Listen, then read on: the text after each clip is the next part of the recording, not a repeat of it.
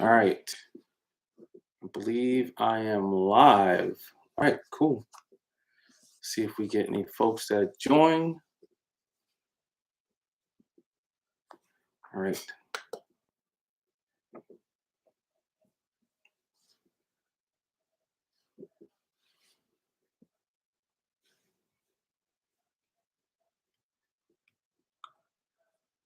Okay. You got one person. Sweet. Welcome to the channel. All right. We'll give it another minute. Oh, that person dropped off. Okay.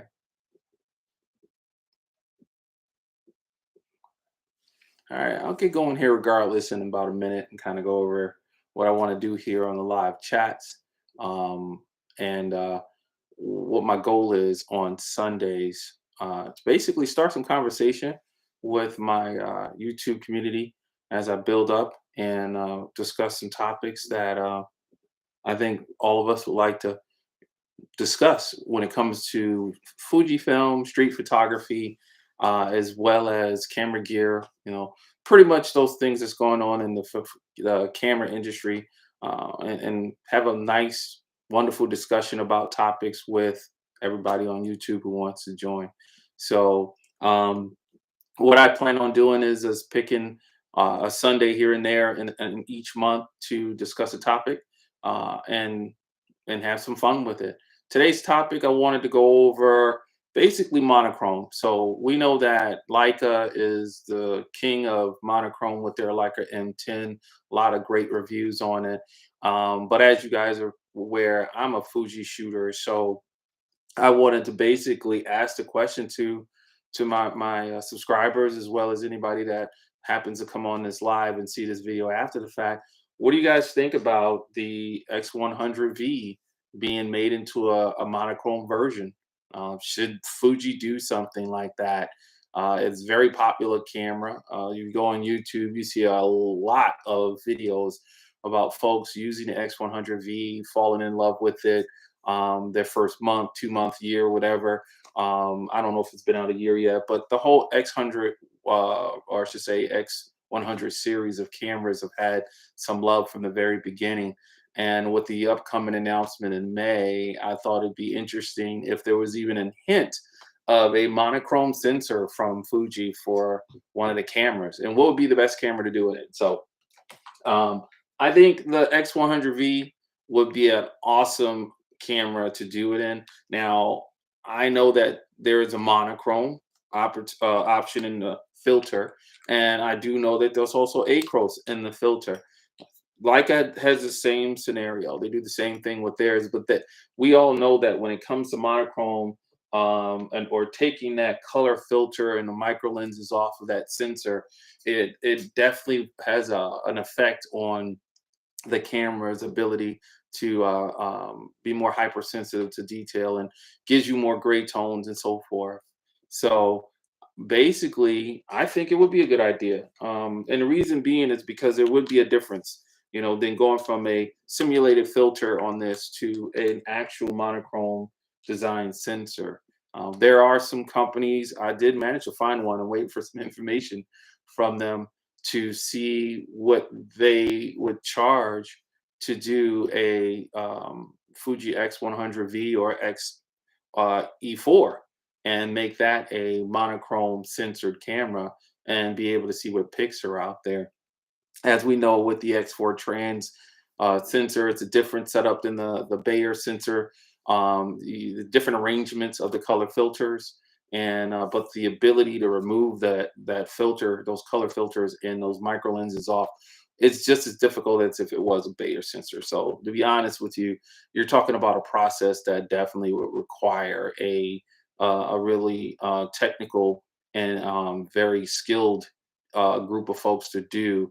Why not Fuji, right? I'm not saying that we have to copy Leica, and I know that certain cameras in the Fuji brand have been called the poor man's Leica, like the X Pro series. I don't particularly care for that. I particularly care about a camera brand doing everything they can to expand their gear for future mode of operation. So I think having a monochrome option is a just so that doesn't bother you guys, is a great opportunity for Fuji. And I think the X100V definitely would be the camera I would pick to go out on a venture on that. Um, and that's because you have a built-in lens. You have a small frame. It's designed for travel. It does a great job with the new sensor, or I should say the new lens on there, and captures some pretty great photos at f2 all the way to the f16 aperture. And the way they designed this camera, I think an M version would add it to a next level of excitement for us Fuji folks for sure, if not other folks in the camera industry that have taken a love to the X100 line of cameras. So um, I did manage to find a company that actually does the process, like I said earlier. I'm a, it's called maxmax.com, LDP LLC dash maxmax.com. And they actually have a few cameras in here that they've already done that process to, not just Fuji, but all of the camera makers. And it's not cheap.